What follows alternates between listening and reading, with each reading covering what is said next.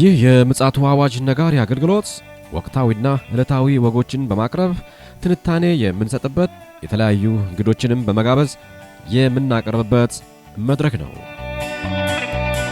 አዘጋጅ ይልቃል አስራት። ጤና ይስጥልን ውድ የምጽአቱ አዋጅ ነጋሪ አድማጮቻችን እንዴት ውላችኋል? ዓለማችን እንግዲህ በየጊዜው የሚታዩ ክስተቶችን ወደ እናንተ በማምጣት ላይ የምንገኝ ወገኖች ነን። በእኛ እምነት በአሁኑ ሰዓት ወይ ደግሞ በአሁኑ ወቅት ዓለማችን ወደ ሌላ ምዕራፍ እየተሸጋገረች እንዳለ የሚያሳዩ ምልክቶች በጉልህ እየታዩ ይገኛሉ። እነዛ ጉዳዮች ምንድናቸው? መጽሐፍ ቅዱስ ስለነሱ ምን ይላል? በሚል ዙሪያ ዘወትር እንግዲህ ከፓስተር አለማየሁ ጋር እንደነዚህ አይነት ክስተቶችን የምንፈትሽበት ክፍለ ጊዜ ነው። ደሞም እናንተ ደግሞ እንደነዚህ አይነት መልእክቶችን ስትሰሙ ሁልጊዜ ንቁ እንድትሆኑ ማሳሰብ እንፈልጋለን። ላልሰሙ ወገኖች ደግሞ ወይ ደግሞ መድረስ አለበት ብላችሁ የምታስቡ ወገኖች ካሉ ለነሱ ደግሞ ሼር በማድረግ ይህን ፕሮግራም እንድትጀምሩ እናበረታታለን። በቀጥታ ከፓስተር አለማየሁ ጋር የምናደርገው ውይይት ይዣችሁ ሄዳለሁ። አጠገቤ ፓስተር አለማየሁ ነሟል። መልካም ጊዜ እንዲሆንላችሁ እመኛለሁ። ፓስተር እንዴት አለ? እንደምን አለ ወንድም ይልቅ? እግዚአብሔር የተመሰገነ ይሁን። ቀደም ሲል እንዳልኩት እንግዲህ ዓለማችን ወደ አንድ ምዕራፍ የተሸጋገረች አይመስልህም? አሁን በተለይ ደግሞ በዚህ 2-3 ቀን ውስጥ እየታዩ ያሉ ክስተቶች እስኪ አንተ እጅ ላይ መረጃዎችም ስላሉ ስለዛ ብንጨዋወት መልካም ነው። እንግዲህ ዓለማችን ሁኔታ ለኛም ብቻ አይደለም ለፖለቲከኞችም ግራ ያጋባና ምን እየተከናወነው ነው በሚለው ነገር ላይ ሁሉም ቀጣዩን ቀን ወይም ቀጣዩን ጊዜ እየናፈቀ ነው ያለው። ምንድነው እየሆነ ያለው የሚለው እንግዲህ የሚገርመው የእስራኤልና የሐማስ ጦርነት እንደቀጠለ ነው እና ኔታንያሁ በትናንትናው ዕለት መግለጫ ሰጥተው ነበረ። ጋዜጣዊ መግለጫ ሰጥተዋል። ጦርነቱን ለምን እንደጀመሩ በግልጽ ተናግረዋል። ምንድነው የሚሉት? ጦርነቱን የጀመርነው በመጀመሪያ ደረጃ ሐማስ ታጋቾቹንና በእጁ ያለውን የሞቱ ሰዎች አስከሬን እንዲሰጥ ተጠይቆ ለመስጠት ፈቃደኛ ባለመሆኑ ነው ብለዋል።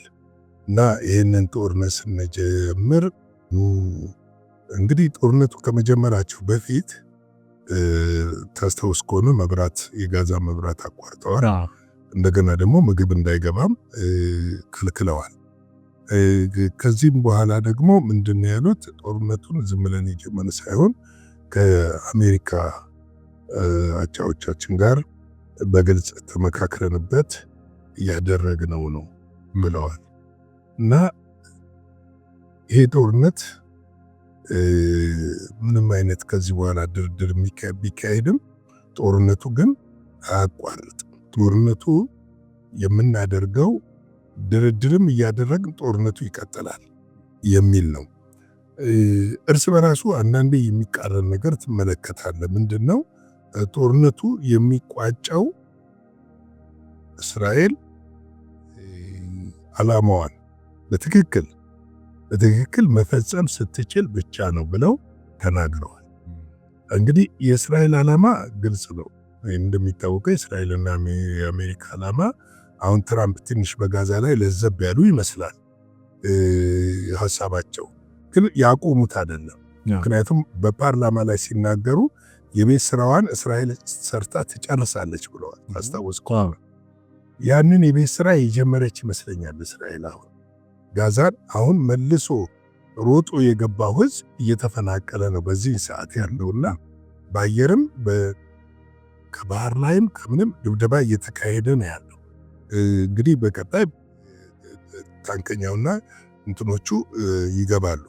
እንግዲህ ጦርነቱ ከመጀመሩ በፊት እንግዲህ ከአሜሪካ ጋር እንደተመካከሉ ነው። ሌላው ታስታውስ ከሆነ ይህ ጦርነት በድርድር በቆመበት ጊዜ የእስራኤል ቀኝ ዘመም ፓርቲዎች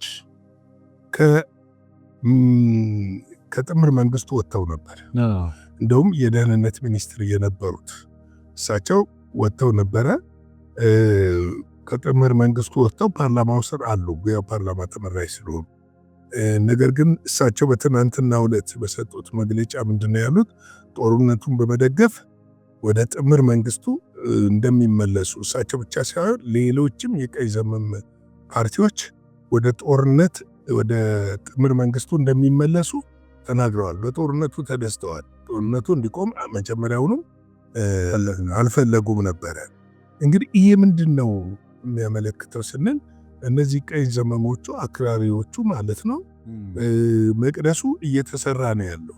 ያ መቅደስ እስከ ፍጻሜ ድረስ እንዲሄድ ይፈልጋሉ። የጋዛ ወይም ደግሞ የሐማስ የሂዝቦላ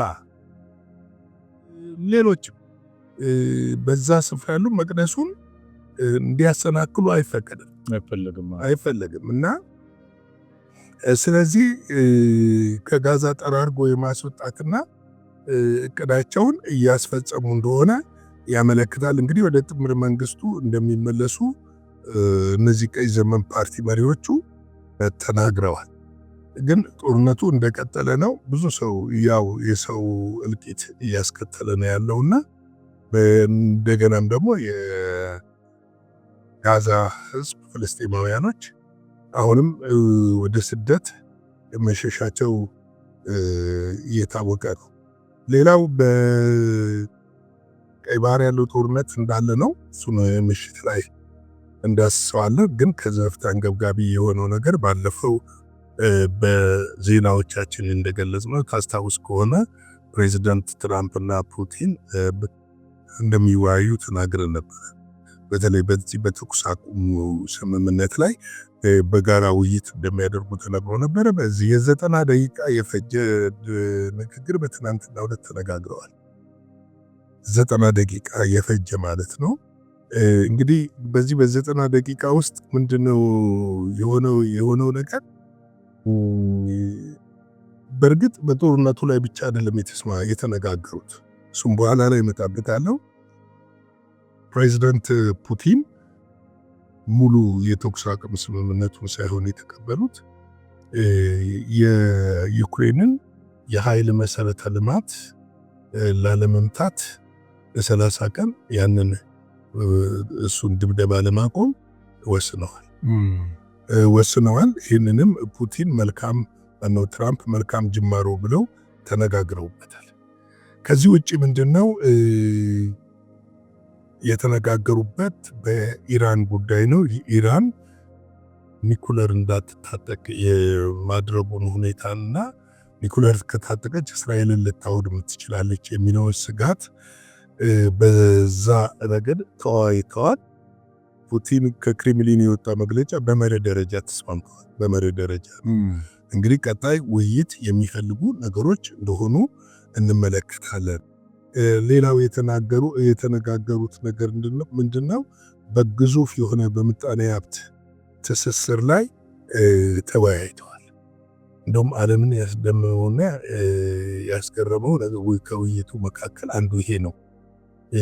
ምክንያቱም እየተጠበቀ ያለው ትራምፕ እንደው ከተኩስ አቁሙ ትንሿን እንኳን ከሸረፈ ፑቲን ትንሿን እንኳን ከሸረፈ ትራምፕ ይቃወማሉ ተብሎ ነው የተጠበቀው። ነገር ግን እነሱ አልፈው ስለ ምጣኔ ሀብታዊ ስምምነት የጋራ ምጣኔ ሀብት ላይ ትስስር ለመፍጠር እየተነጋገሩ ነው ያሉት እና የነዚህ ሰዎች ንግግር ምንድነው ወዴት ነው የሚያመራው የሚለው ለብዙዎች ምን ሆኗል? እንቆቅልሽ ሆኖባቸዋል። መፍትሄው ምንድነው ብለው በእነሱ የጠበቁት መፍትሄው ምንድነው ብለው ነው የጠበቁት። በተኩስ አቁሙ አኳያ። ነገር ግን እነሱ ደግሞ ከዛ አልፈው ውይይታቸው ስለ ምጣኔ ሀብት ስለ ኢኮኖሚ ማንሰራራት ከዩክሬን ላይ ከራሻ ላይ ማዕቀቦቹ እንዴት እንደሚነሱ እነዚህ ነገሮች ላይ እንደው እግረ መንገድህን አሁን የጉዳይ ሲነሳ ቀደም ሲል በራሻና በምዕራባውያን መካከል የተነሳው ኢኮኖሚያዊም ይሁን ዘርፈ ብዙ ብቻ ጦርነት ተነስተዋል። በመሃል ደግሞ ራሻ ደግሞ ዝም አላለችም። ከቻይና ጋር በማበር ሌሎችንም ሀገሮችን ጥምረት በመፍጠር ብሪክስ የሚባል ተቋም እዚህ ጋር ተመስርቷል። አሁን ይሄ ሌላ ኮንፍሊክት ኦፍ ኢንትረስት አያመጣም ወይ? በተለይም ከቻይና ጋር ግልጽ የሆነ ውዝግብ ውስጥ አያስገባትም ወይ ሩሲያ? ምንድነው መሰለ አሁን በምን ላይ እንደተወያዩ ሙሉ ግልጽ የሰጡት መግለጫ የለም። እነሱ ትንሽ ነገር ነው እየተናገሩ ያሉት። ይህንን እንኳን ለማወቅ ከፈለክ ዘለንስኪ ማምሻውን መግለጫ ሰጥተው ነበር። ከዛ በኋላ ደም ዘለንስኪ ያለው የተወያዩበትን በሙሉ ለኛና አጋር ሀገሮች ይፋ ሊያደርጉ ይገባል ነው ያለው። ለኛና አጋር ሀገሮች ማለት ለአውሮፓ ነው ይፋ ሊያደርጉ። እነዚህ ሰዎች በምን ነገር ላይ እየተነጋገሩ ነው? ምንድነው የተነጋገሩት? አሁን ሁለቱ ጋር ነው ያለው። ሁሉ ንግግር አይገለጽም፣ መግለጫ አይሰጥበትም። ምክንያቱም ጫፍ ላይ ሲደርስ የሆነ መፍትሄ ላይ ሲደርስ ወይ የሆነ ነገር ላይ ሲደርስ ሊያሳውቁ ይችላል። እንደው ግምታዊ ነው። አሁን ከብሪክስ ጋር ያለው የብሪክስ ጥምረት ይፈርሳል ማለት አይቻልም። ብዙ ምዕራፍ ሄዷል። ለራሽያ ሌላ መጫወቻ ካርታ ነው ማወቅ ያለብን። መጫወቻ ካርታን አትጥልም። ገብቷል። ልክ አሁን ሐማስ ምንድነው እያደረገ ያለው? ታጋቾቹን ይዞ የራሱን መብት ለማስከበር ነው እየሄደ ያለው። እኔ ቀደም ብዬም ተናግሬ ነበረ። ምንድነው አይለቃቸው ሙሉ ለሙሉ። ለምንድነው ከለቀቀ ሙሉ ለሙሉ ጦርነት ተከፍቶበት ይጠፋል። ስለዚህ አሁን እንደ መያዣ ይጠቀማል። ፑቲንም የደህንነት ሰው እንደነበሩ ኮሎኔል ነበሩ። አውሮፓ የኖሩ የደህንነት ሰው ናቸው። በኬጂቢ ስትራቴጂ በተለይ በምስራቅ ጀርመን ረጅም ዓመት ያገለገሉ ናቸው። እኚህ ሰው ዝም ብለው የመጫወቻውን ካርታ ለቀው በአሜሪካ ሀሳብ ይነዳሉ ማለት አይቻልም። ስለዚህ ብሪክስ እንደኔ መርሃ ግብሩን ይቀጥለዋል። ግን ምንድነው ድርድር ይደረግበታል የሚል ነው። በነገሮቹ ላይ ድርድር ሊደረጉባቸው በሂደት ይችላሉ የሚል ነገር አለ እና እንግዲህ ዓለማችን በእንደዚህ አይነት እጅግ በተወጠረ ሁኔታ ውስጥ ነው ያለችው እና ይሄ ደግሞ የክርስቶስ ኢየሱስን ምጽአት በግልጽ መቃረቡን የሚያመለክት ነው እና እንደው እግረ መንገድ ምናልባት ነገ እንደ ሰበርም ይዘን ልንመጣ እንችላለን። ከዚህ ጋር የተያያዘ ስለሆነ በተለይ በዚህ በእስራኤል በመቅደሱ ዙሪያ አዲስ ነገር ሊሰማ ይችላል የሚሉ ግምታዊ ምልከታዎች መረጃዎችንም እያየን ስለነበረ እነዛ መረጃዎች እውን ከሆኑ ምናልባት ነገ በሰበር ልንገባባቸው እንችላለን። እንደው ጥቆማ ለመስጠት ያህል ነው። አዎ እንግዲህ ምናልባት በነገው ዕለት የነሱ ፋሲካ ነገ ይሁን አላወቅኩትም። የነሱ ፋሲካ እዛ ገደማ ነው። አዎ እና ጊደሮቹ ይሰዋሉ የሚል ነገር አለ። እሱ ብቻ አይደለም። አሁን በዓለም አቀፍ ደረጃ ከምንጊዜውም በበለጠ አይሁዶች በኢየሩሳሌም ያለው አምልኮ ከምንጊዜውም በበለጠ በጣም እየጨመረ ነው የመጣው። ህዝቡም እየጨመረ ነው የመጣው። የማምለኪያውን ቦታ የጸሎት ጊዜያቸውም እጅግ በጣም እየጨመረ ነው የመጣውና ይሄ ነገር ምንድን ነው የሚያመለክተው ስንል የፍጻሜው ዘመን እንደቀረበና እንግዲህ ግምታዊ ነገር አንድ ነገር ልናስቀምጥ እንችላለን። ከዚህ በፊት ፕሬዚደንት ፑቲንን የአይሁድ ረቢዎች ሄደው አግኝተዋቸዋል። እንደዚሁም ደግሞ ዶናልድ ትራምፕም ጋር ተወያይተዋልና ዋና የውይይት አጀንዳ ነበር የተባለው የመቅደሱ መሰራት ጉዳይ ነው። የመቅደሱ መሰራት ጉዳይ አፍጦ የመጣ ነው። እንግዲህ መቅደሱ ከተሰራ በኋላ ምንድነው የሚሆነው የሚለው ነገር በሂደት የሚታዩ ነገሮች ናቸው። ምናልባት በእነዚህ 2 እና 3 ዓመታቶች ውስጥ መቅደሱ ተሰርቶ ያልቃሉ ብዬ አስባለሁ። ዶናልድ ትራምፕ ከስልጣን ሳይወርዱ መቅደሶቹ ተሰርተው ያልቃሉ ብዬ አስባለሁ። እግረ መንገድም ያው ምልከታ መስጠትም ስላለብን በተለይ እነዚህ ጊደሮች የተፈጥሮ ጉዳይ ስለሆነ ዑደት ስለሆነ በተለይ ሁለቱ ዲስኳሊፋይ ሲሆን ወይ ደግሞ ከመስፈርቱ ውጭ ሲሆኑ ምንድነው ዘለላ ነጫጭ ጸጉር ስለተገኘባቸው ነው። እና በሙሴ ሕግ መሰረት ደግሞ ምንም አይነት ሌላ ጸጉር በእነሱ ላይ መገኘት የለበትም እና ይሄ በጣም ስጋት ውስጥ ከቷቸዋል ለሌሎቹ ጥጆች ማለት ነው። ስለዚህ በጣም በጥድፊያ ውስጥ ነው ያሉት። የጥድፊያ ያህል ነው ያለውና ምናልባት እንግዲህ የነገው ነገር እንግዲህ ይወስነዋል እንዳለ ምናየው ምን ከእግዚአብሔር ቃል አንድ ቦታ ማቴዎስ 24 36 እና 37 እስከ 38 ያለውን ስለ ጌታ ኢየሱስ ክርስቶስ ምጽአት የሚናገር ክፍል ነው። ስለዚያች ቀን ስለዚያች ሰዓት ግን ከአባቴ ብቻ በቀር የሰማይ መላእክት ቢሆኑ ልጅም ቢሆን የሚያውቅ የለም። የኖህ ዘመን እንደነበረ የሰው ልጅ መምጣት እንዲሁ ይሆናል። በዛች ወራት ከጥፋት ውሃ በፊት ኖህ ወደ መርከቡ እስከገባበት ቀን ድረስ ሲበሉና ሲጠጡ ሲያገቡና ሲጋቡ እንደነበረ የጥፋትም ውሃ መጥቶ ሁሉን እስከወሰደ ድረስ እንዳላወቁ የሰው ልጅ መምጣት ደግሞ እንዲህ ይሆናል ይላል። እንግዲህ የክርስቶስ ኢየሱስ ምጽአት ቀኑን የሚያውቅ ማንም የለም። እቺ ነች ሰዓቷ፣ እቺ ነች ቀኑ፣ ተዘጋጁ የሚባል ነገር የለም። ግን እንድንዘጋጅ እግዚአብሔር አምላክ አስቀድሞ ከክርስቶስ የመምጣቱ ምልክቶች ምንድን ናቸው ለሚለው እነዚህ ምልክቶች ብዙ ጊዜ በደጋጋሚ ተናግረናል።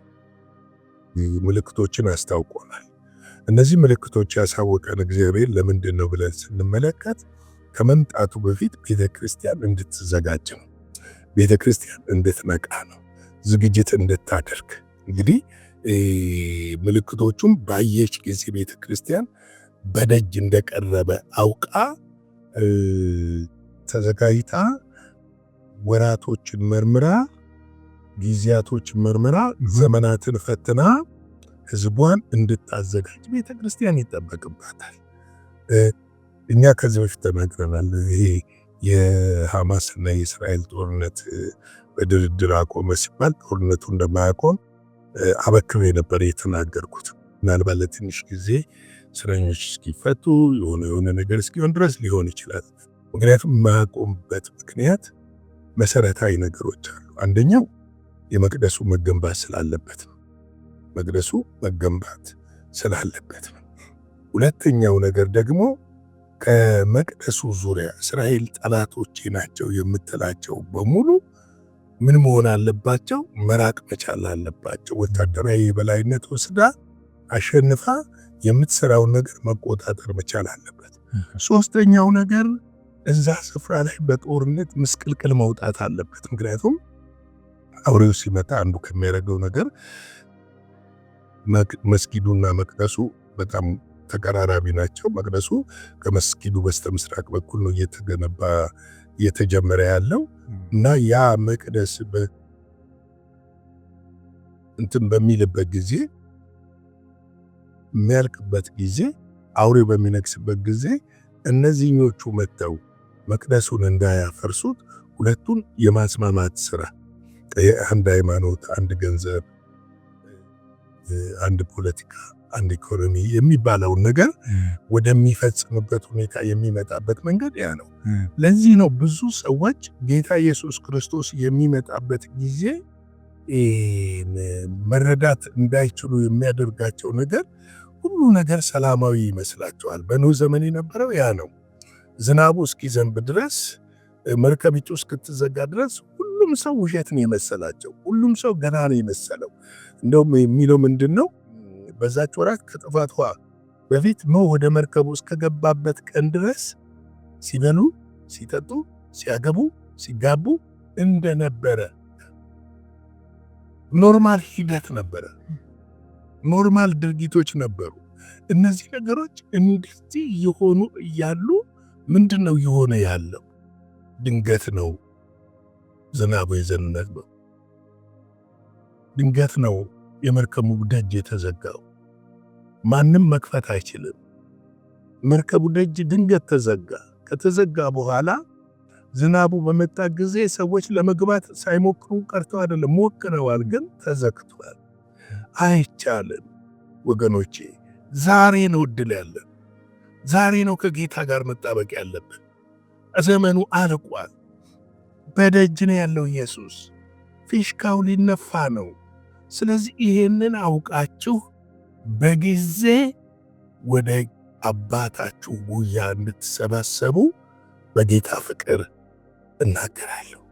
ፍሬዎች፣ የቤተ ክርስቲያን አገልጋዮች፣ ፓስተሮች፣ ወንጌላውያን፣ ነቢያቶች፣ ሐዋርያቶች ሰዓቱ እንዳለቀ አውቃችሁ ሕዝቡን ለክርስቶስ ኢየሱስ መንግሥት እንድታዘጋጁ በእግዚአብሔር ፍቅር ጠይቃችኋለሁ። በሩ ሳይዘጋና ያ የጥፋት ጊዜ የዋይታ የጥርስ ማፋጨት ሳይመጣ ስለዚህ ይህንን በእግዚአብሔር ፍቅር ዛሬ ላሳስብ ፈልጋለሁ። ላይክ፣ ሼር፣ ሰብስክራይብ አድርጉ። ይህንን አገልግሎት በገንዘባችሁ መደገፍ የምትፈልጉ ጎፈንድሚ፣ በተለይ አውስትራሊያ፣ አሜሪካ፣ ካናዳ፣ አውሮፓ የምትገኙ ጎፈንድሚ ያለላችሁ እዛ አካውንት ላይ ይህንን አገልግሎት በማንኛቸውም ነገር ሳፖርት ማድረግ ትችላላችሁ። እንዲሁም ደግሞ በስክሪኑ ላይ በምታዩት አካውንቶችም ሳፖርት ማድረግ ትችላላችሁ። የእግዚአብሔር ፍቅር፣ ሰላም፣ ጸጋ፣ ምሕረት፣ ቸርነት ከሁላችን ጋር ይሁን። በምሽት ፕሮግራማችን ላይ እንገናኛለን። መልካም ቀን። እግዚአብሔር አብስቶ ይባርክ ፓስተር። በጣም የሰዓቱንና የቀኑን መልእክትን ያስተላለፍክልን እውነት ነው። እግዚአብሔር የዘጋውን ማንም ሊከፍት አይችልም። የትኛውም ኃይል በሰማይም ይሁን በምድር እንዲሁም ደግሞ እግዚአብሔር የከፈተውን ማንም ሊዘጋ አይችልም እና ዘውትር እንደምንለው ወደ መርከቡ ግቡ የምንልበት ምክንያት በዛ ነው። ሳይመሽ ቶሎ ብለን እግዚአብሔርን ያላወቀን ወገኖች ቶሎ ብለን ወደ እግዚአብሔር ጉያ የምንገባበትን መንገድ ፈልገን እሱም የመዳን ቀን አሁን ነው ስለሚል አሁኑኑ ውሳኔያችሁ እንድትወስኑ በእግዚአብሔር ፍቅርም አሁንም እኔም ደግሜ እጠይቃለሁ። ቅድም ፓስተር ያነበበው ክፍል አለ ማቴዎስ 24 ቁጥር 42 ጌታችሁ በምን ሰዓት እንዲመጣ አታውቁምና እንግዲህ ንቁ፣ ያን ግን እወቁ። ባለቤት ከሌሊቱ በየትኛው ክፍል ሌባ እንዲመጣ ቢያውቅ ኖሮ በነቃ ቤቱም ሊቆፈር ባልተወ ነበረ። ስለዚህ እናንተ ደግሞ ተዘጋጅታችሁ ኑሩ፣ የሰው ልጅ በማታስቡበት ሰዓት ይመጣልና። በዚህ ጥቅስ ነው እንግዲህ መደምደሚያ ማድረግ የፈለኩት። በኋላ ላይ እንግዲህ ምሽት ላይ ደግሞ ሌላ መረጃና መልእክት ይዘን እንመጣለን። እስከዚያው ድረስ እግዚአብሔር ሰላም እናንተ ጋር እንዲሆን እንመኛለን። መልካም ጊዜ። አዘጋጅና አቅራቢ ይልቃል አስራት ነበር። ለዛሬ ያዘጋጅንላችሁ ይህንን ይመስላል። በሌላ ጊዜ በሌላ ርዕሰ ጉዳይ እንገናኛለን። የምፅዓቱ አዋጅ ነጋሪ አገልግሎት። መልካም ጊዜ።